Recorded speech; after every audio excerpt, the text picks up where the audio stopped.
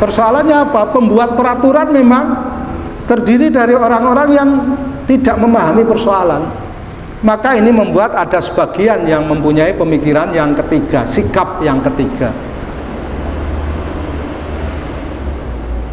Tidak setuju dengan nizam demokrasi, itu harga mati. Tetapi ada yang berpikir begini, demokrasi dalam pikiran orang Indonesia itu, saudara-saudara sekalian, itu bukan iqta'u sultati tasri' al-ulya li ghairillah. Menarik. Jadi demokrasi dalam pikiran orang Indonesia itu bukan berarti memberikan kekuasaan tertinggi membuat undang-undang kepada selain Allah, tidak. Demokrasi dalam pikiran Indonesia, pikiran orang Indonesia secara umum, itu bukan vox populi vox dei, bukan suara Tuhan, suara rakyat suara Tuhan, bukan. Saudara tanya kalau tidak percaya. Tentunya tidak semuanya, ya. Ada yang memang demokrasi sebagai sebuah akidah bagi mereka, ada. Tapi saya melihat sebagian, kalau tidak sebagian besar, ya sama-sama kuat. Sama halnya Pak Cokro Aminoto, Allah yarham, ya. Pada saat beliau sekitar tahun 1900 berapa 16 atau 1910 sampai 1930-an membangkitkan dua kalimat, nasionalisme dan patriotisme. Itu diterangkan oleh beliau. Nasionalisme yang kita inginkan bukan nasionalisme seperti yang didefinisikan oleh Eropa Barat. Bukan fanatik asobiah kebangsaan, tetapi nasionalisme yang kita inginkan adalah bagaimana umat Islam bangsa Indonesia ini bersatu padu melepaskan dirinya dari penjajahan Barat. Tuh, kita bisa renungkan. Memang kalimat yang difahami nasionalisme, tapi pengertiannya adalah membebaskan diri dari penjajahan Barat. Dalam bahasa politiknya itu antitesa terhadap Barat. Patriotisme yang dikehendaki itu adalah kesiapan untuk berkorban memerdekakan Indonesia dari penjajahan Barat. Menarik. Begitu juga kalau Anda bertanya kepada sebagian orang-orang Islam yang baik yang hari ini ada di sistem demokrasi yang sedang ada, terlibat dalam kehidupan politik kotor yang sedang ada, mereka mengatakan demokrasi bagi kami, bahkan ada yang lucu, demokrasi bagi kami adalah syuro. Itu ngawur kalau itu, ya. Tapi yang rasional itu dia mengatakan demokrasi bagi kami itu adalah antitesa terhadap diktatorisme, supaya tidak ada pemerintahan yang sewenang-wenang. Itu saja, bukan berarti suara rakyat suara Tuhan. Ini menarik sekali, mari kita renungkan. Yang sudah di pertama jangan diganggu. Dia mengkhususkan dirinya untuk dakwah kepada Allah, beramal soleh dan memperkuat identitas sebagai muslimin. Sudah jangan diganggu. Yang milih yang kedua juga biar yang memilih iman, hijrah dan jihad dalam melakukan perlawanan terhadap nizam atau sistem yang buruk ini jangan diganggu. Didoakan kebaikannya, ya. Yang ketiga ini, sikap pertama dan kedua masih sulit menerima sikap yang ketiga.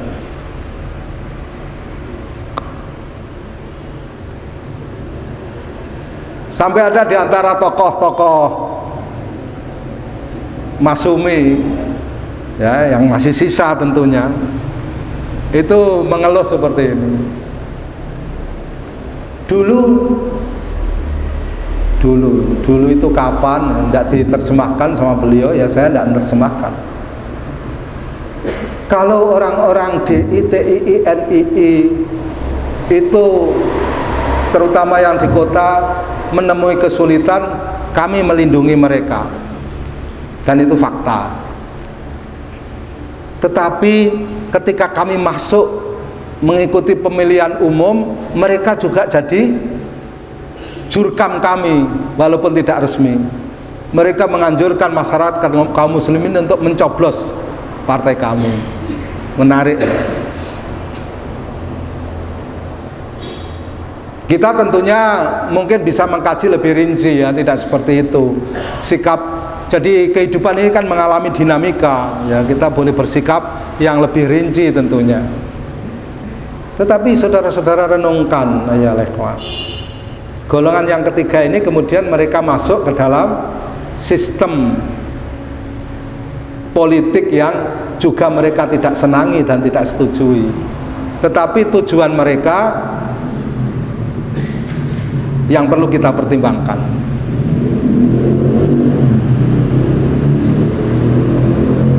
Saya tidak bisa menerima itu sebenarnya. Walaupun saya sudah menerima kajian ini sejak tahun 86 langsung dari Ustadz Abdul Azam rahimahullah. Saya mau bertanya kepada siapapun yang merasa hari ini menepuk dada lebih hebat, lebih jihadis daripada beliau. Saya mau bertanya, apa pengorbanan Anda? Ya. Sosok yang dianggap paling bertanggung jawab kebangkitan jihad pada 3-4 dekade terakhir ini oleh Amerika dan Barat itu Ustadz Abdul Azam rahimahullah. Gurunya Usama bin Laden rahimahullah, musuh Amerika nomor 1. Ya. Itu sudah mengajarkan kepada kami tahun 86. Tetapi kami belum bisa menerima itu ya. Sekian puluh tahun harus mengunyah-unyah lagi. Ketika beliau memberikan satu pelajaran pada waktu itu dan kemudian dibukukan dalam sebuah fatwa tentunya, Mafhumul Hakimiyah Indas Syahid Abdullah Azam kama nahsabuhu wa la nuzakki 'ala Allahi ahadan wallahu hasibuh.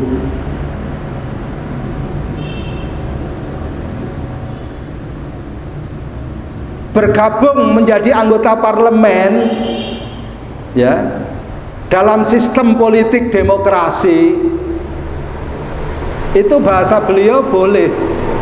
Tapi beliau juga memberi catatan, satu, dia tidak boleh ridho terhadap sistem demokrasi dalam pengertian apapun, termasuk sistem demokrasi sebagai antitesa terhadap kediktatoran. Satu. Yang kedua, beliau mengatakan hadza ra'yi. Maknanya beliau juga berpendapat bahwa bergabungnya kaum muslimin Islamiyun kepada amal politik, aktivitas politik dalam nizam yang buruk hari ini itu masalah ijtihadi. Karena kalimat beliau hadza ra'yi, ijtihadi. Kita tidak perlu memaki mereka, itu ijtihad kok. Kalau Anda berijtihad yang lain itu juga ijtihad. Cuman syaratnya yang sering tidak terpenuhi ini saudara-saudara sekalian. Seorang muslim boleh ya bergabung di parlemen. Kalau di parlemen boleh, di DPRD 2, DPRD 1 ya lebih ringan kan? Boleh dengan syarat. Tapi sekali lagi tidak ridho terhadap demokrasi dan itu adalah masalah ijtihadi. Sekali lagi kalau sudah bicara masalah ijtihadi itu berilmu. Sedap tidak ada mujahid yang tanpa ilmu. Ya. Ya. Mujahid pasti pakai ilmu walaupun tidak pakai sorban, ya kan? Yang pakai sorban itu belum tentu pakai ilmu, ya kan? Sebab kan sekarang banyak sekali yang pakai sorban bicara tentang itu. Tetapi pembicaraannya bukan pembicaraan orang pakai ilmu. Tadinya ketika kita melihat sorbannya, kita menarik kaki kita, tidak berani menjulurkan, ya kan?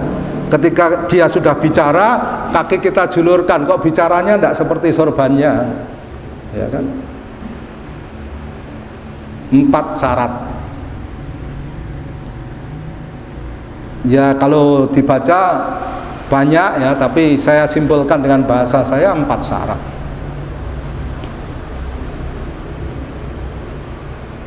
Dia masuk ke dalam parlemen dengan niat membela Islam dan kaum muslimin, berpihak kepada aspirasi dan pemikiran Islam dan kaum muslimin. Itu syarat mutlak. Kalau tidak bisa. Masih ada saudara-saudara sekalian. Sampai hari ini saya melihat, mendengar, menyaksikan, dan dia bicara sendiri masih ada. Saya tidak bisa membayangkan kalau tidak ada orang-orang seperti itu.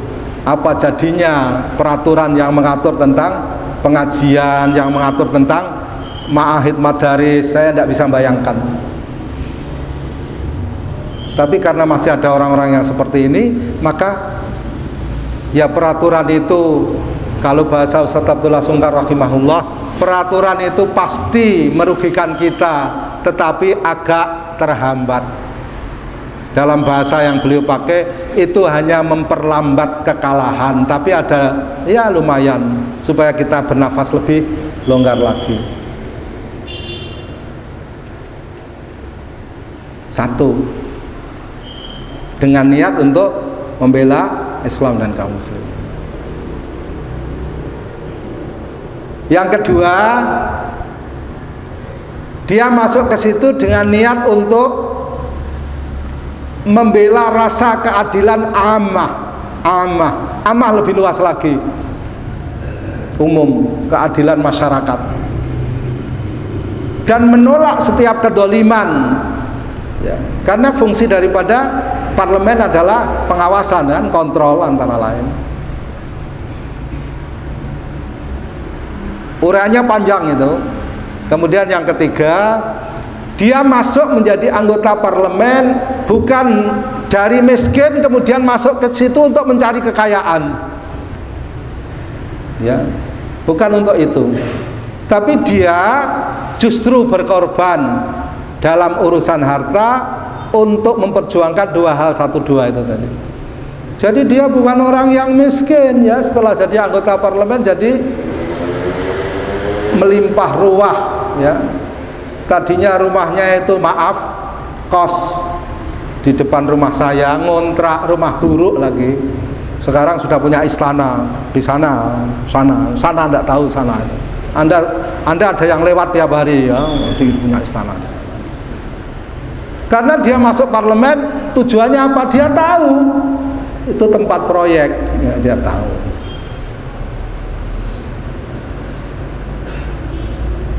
Belum yang lain-lain. Bahkan sampai titik tertentu ya, di zaman Orde Baru ini, bahkan awal-awal reformasi, masih ada anggota parlemen ini yang dia tidak mengambil gajinya dari parlemen, tidak diambil.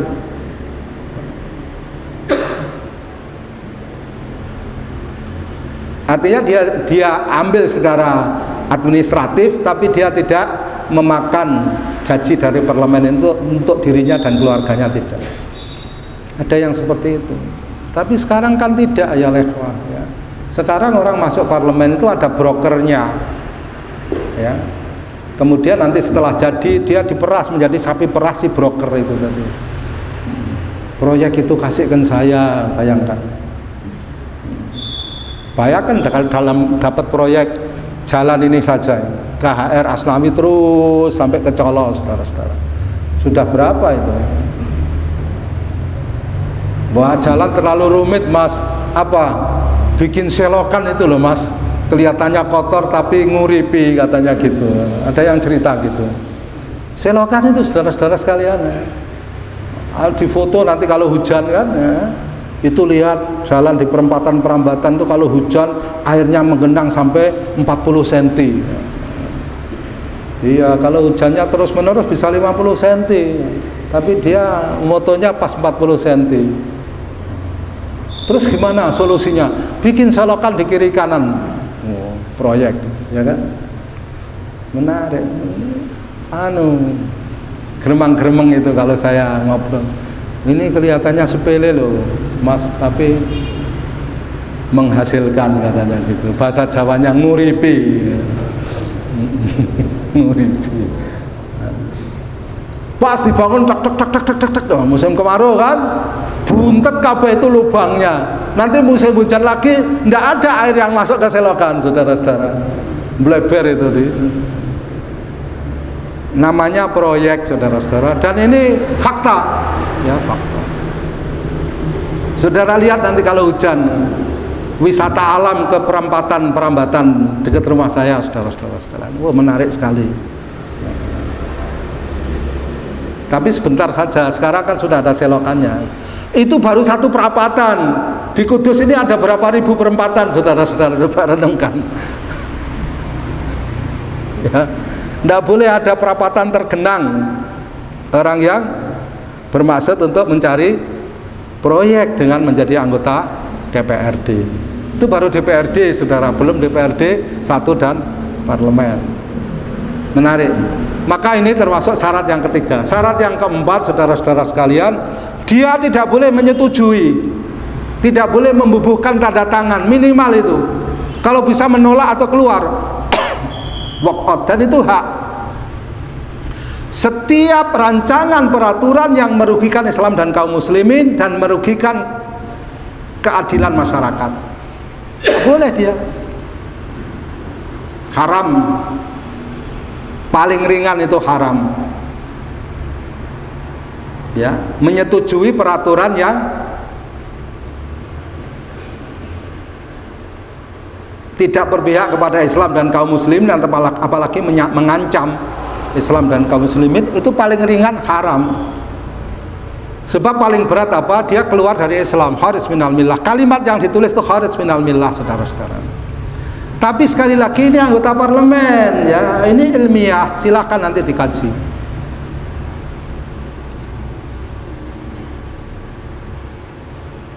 Kemudian ini ada, tidak tahu dia belajar dari guru jihad yang mana, ya kan? Lebih pintar daripada Ustadz Abdul Azam rahimahullah. Itu persoalan besarnya. Ya, kita mau bertanya kepada yang bersangkutan, Anda telah mengorbankan apa untuk jihad? Apakah Anda telah berkorban sebagaimana Ustadz Abdul Azam rahimahullah itu berkorban untuk itu? Beliau sudah wafat, kita boleh berbicara yang baik-baik. Masalah kita tidak terlibat itu masalah lain. Ya, kita tidak terlibat pada amal sia-sia yang ditata oleh nizam yang rusak, nizam demokratia. Itu masalah lain, masalah kita. Tetapi bahwa sikap ini ada peluangnya dari ijtihad Ustadz Abdul Azam rahimahullah. Saya mengambil ijtihad yang paling keras tentunya, ya kan? Ada beberapa ijtihad para ulama, ya, lebih dari 25 atau 30 ulama dalam satu kitab Al-Islamiyun wal Amalus Siyasi Al-Mu'asirah. Ini menarik buku ini. Abul Hasan Mustafa bin Ismail As-Sulaimani.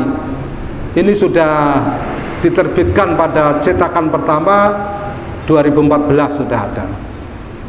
Itu menarik sekali. Tentunya lebih longgar, tetapi saya baca ada salah satu di antara fatwanya Syekh Ahmad Muhammad Syakir rahimahullah. Ini termasuk ulama Mesir yang tulisan-tulisannya banyak dipakai rujukan oleh kaum mujahidin. Betapa kerasnya beliau terhadap sistem demokrasi dan betapa pembelaan kuat beliau terhadap al-jihadu fisabilillah. Tetapi beliau memberikan fatwa, ya, dan termasuk fatwa Syekh Ahmad Muhammad Syakir ini yang juga banyak dipakai oleh para kaum mujahidin. Anda silakan baca sendiri nanti kitabnya. Kalau agak sulit, file PDF-nya ada pada beliau ini, Ustadz Ahmad Rifai. Silahkan nanti minta kepada beliau file PDF-nya, nanti saudara-saudara print sendiri. Bagus, uraiannya bagus. Masalah Anda bersikap yang pertama atau Anda bersikap yang kedua dan tidak setuju dengan sikap yang ketiga, itu masalah lain. Ya, itu masalah lain. Tetapi sikap yang ketiga itu juga punya landasan, dan sekali lagi itu ijtihadi. Bagi para alim yang hadir di pengajian ini memahami betul istilah itu, bahwa itu ijtihadi. Kalimatnya yang dipakai hadza ra'yi. Maknanya tidak boleh saling mencaci, ya, tidak boleh saling mencaci. Nanti yang terjadi adalah dialektika caci maki, ya. Jangan saling mencaci. Ini penting. Kita berbicara tentang as-sultan, ya, tapi perlu ya urean-urean yang supaya kita gamblang.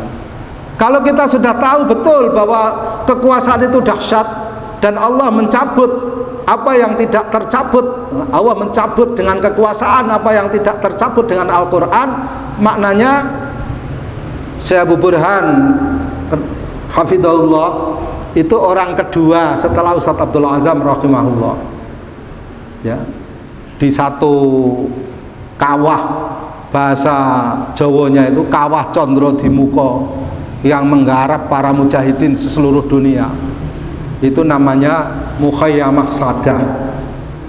Itu orang pertama namanya Ustadz Abdul Azam rahimahullah, orang yang kedua namanya Ustadz Abu Burhan, Dr. Abu Burhan, ya, hafidhahullah, Syria. Beliau mengatakan bahwa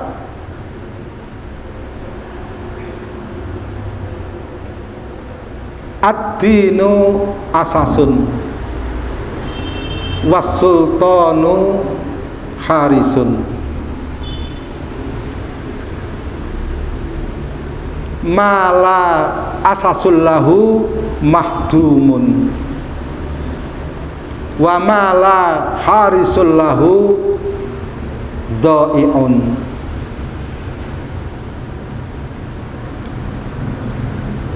Ini merupakan dua hal, dua muka dari satu mata uang yang sama, pasangan yang tidak bisa dilepaskan, ya, yaitu ad-din, Al-Quran, Al-Islam, dan as-sultan, dua hal yang tidak bisa dipisahkan.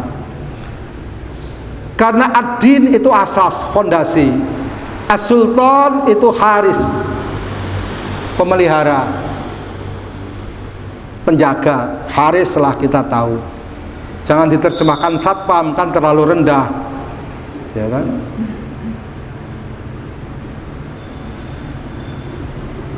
Sesuatu yang tidak ada asasnya, tidak ada fondasinya, itu mahdumun, runtuh sejak awal.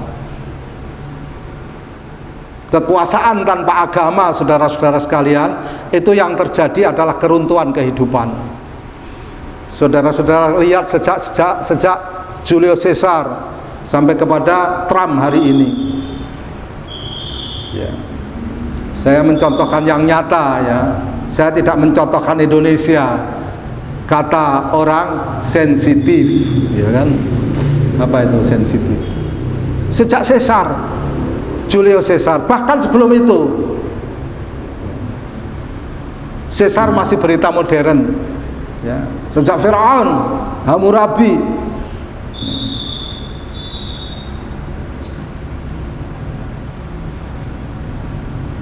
sampai hari ini Trump. Itu karena mereka melepaskan kekuasaan mereka dari din, yang terjadi adalah malapetaka yang luar biasa terhadap kehidupan, ya kan? Kehidupan dipenuhi dengan perzinaan, minum-minuman keras, pesta-pesta leluasa seenaknya sendiri, mengerikan saudara-saudara sekalian. Mendirikan bulu Roma,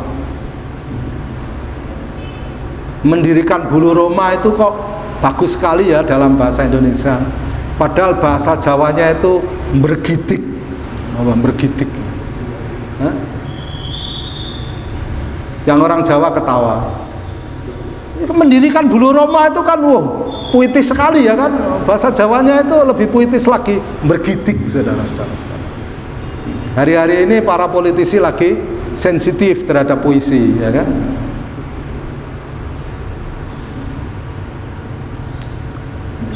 Jadi saudara-saudara sekalian, ad-din itu asas.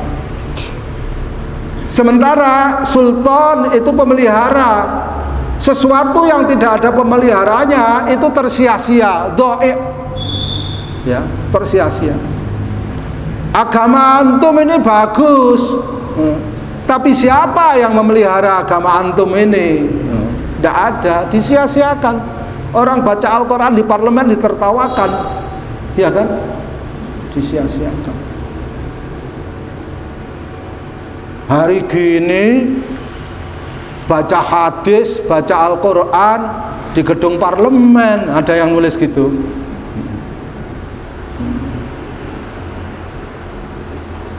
Karena tidak ada Pak Haris, menyedihkan sekali karena tidak ada kekuasaan ya. Istri-istri kita, ibu-ibu kita, saudara-saudara perempuan kita, anak-anak perempuan kita yang pakai niqab itu Pak, kalau naik angkot ya kan, turun di satu tempat dia katakan itu gang ninja sama sopir angkot, ya kan? Lu coba kalau ada Haris, Pak Bupati atau Pak Dan apa Kapolresnya itu ngerti din ya, Anda telepon aja 110, ya kan? Ini ada penghinaan Pak, apa sopir angkot nomor sekian sekian sekian warna ungu jurusan sini sampai ke sini, ini mengatakan ini gang ninja, ambil tindakan Pak. Itu angkotnya belum sampai di lampu merah Yakis sudah dicegat di jembatan Bau itu di sebelah timur Yakis. Iya. Ada Haris, saudara-saudara. Tapi sekarang siapa yang melindungi? Ya, siapa yang melindungi din dan pengamal din? Nah, oleh karena itu ayo ikhwah, sultan ini penting. Kalau daurah kita itu daurahnya sebagai sultan ya, sebagai pemberi perintah, kuntum khaira ummatin ukhrijat linnasi ta'muruna bil ma'rufi wa tanhauna 'anil munkar wa tu'minuna billah. Kok kita meninggalkan itu? Itu kan bagus alasannya. Tapi kalau kita mau ke situ, itu nizamnya nizam yang sangat buruk, nizamnya nizam yang buruk. Ya. Jelas. Maka syarat pertama Anda tidak boleh ridho terhadap demokrasi. Kalau Anda kaji dengan lebih teliti, apa perbedaan Orde Lama, Orde Baru dengan Orde Reformasi, saudara?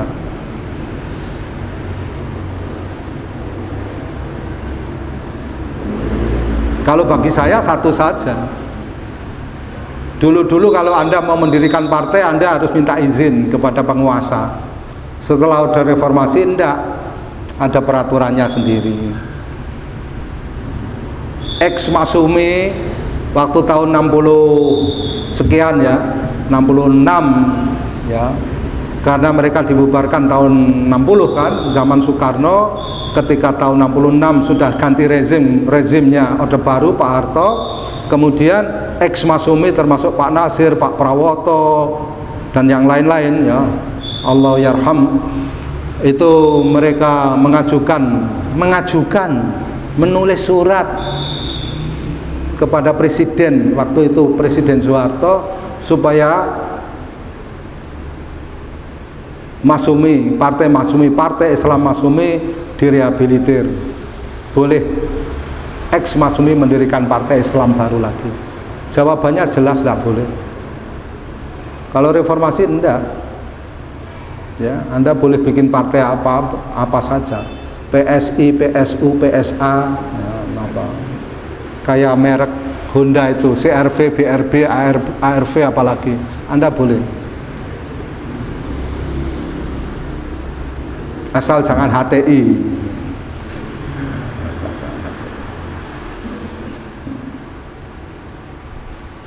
Kalau HTI tapi kepanjangannya beda, nah monggo silahkan coba. Tapi saya tidak menganjurkan, sekali lagi. Ini yang punya sikap yang pertama, ya, konsentrasi urusan dakwah ilallah wa amila salihah wa qala innani minal muslimin, sudah pada makomnya, mutmain, moga-moga Allah memberi pertolongan lewat jalan itu. Yang konsentrasinya pada sikap yang kedua, iman, hijrah dan jihad, jangan diganggu. Moga-moga Allah menurunkan rahmatnya lewat jalan itu, karena janjinya seperti itu. Tetapi yang memilih sikap yang ketiga, ya mari kita pikirkan. Ini fatwa Ustaz Abdul Azam rahimahullah. Ya, jadi yang memilih sikap yang ketiga, tafadhal, kalau dia memakai ijtihad yang benar dari para ulama-ulama yang lurus, ya kan? Ya. Tetapi sekali lagi, sikap yang pertama tidak boleh juga memaksa yang kedua untuk bersikap seperti dia. Ya, sikap yang kedua tidak boleh memaksa sikap yang pertama maupun ketiga seperti dia. Memaksa itu bagaimana? Mungkin dengan kata-kata, ya, tidak boleh mencaci maki. Bahkan yang menarik, kalau bisa mari kita pikirkan bersama, kita kerjasama. Apa sih selama ini peraturan yang ada yang menyulitkan dakwah antum ustadz, yang menyulitkan regulasi pendidikan antum? Apa antum dipaksa untuk pakai kurikulum 2013 di pondok antum, misalnya gitu. Ini kita sampaikan, mari perjuangkan ini kalau Anda betul-betul berjuang untuk Islam.